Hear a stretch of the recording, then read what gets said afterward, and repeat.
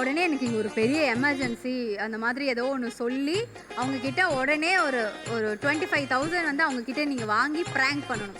ஒரு நயா பைசா தேராது ஒருத்தங்கிட்ட கூட கேட்டு பாருங்க. கனெக்ட் பண்ணியாச்சு. அஞ்சனா ஒரு 500 கேட்குறேங்க.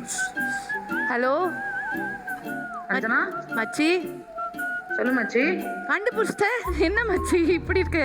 சரி மச்சி மச்சி, ஒரு ஷூட்டுக்கு வந்தேன். இங்கே வந்து கேப் அரேஞ்ச் பண்ணுறேன். நாங்கள் கடைசியில் வந்து காலை வாரிட்டாங்க ஆஸ் யூஷுவல்.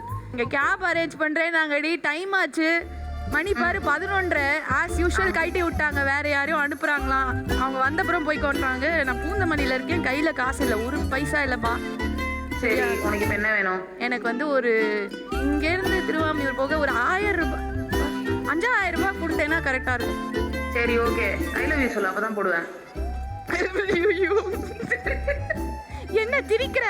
எப்போ போல கலாய்க்காத பேபி. நிஜமாவே எப்ப நான் சிரிக்கிறேன்னு நினைச்சுக்காது.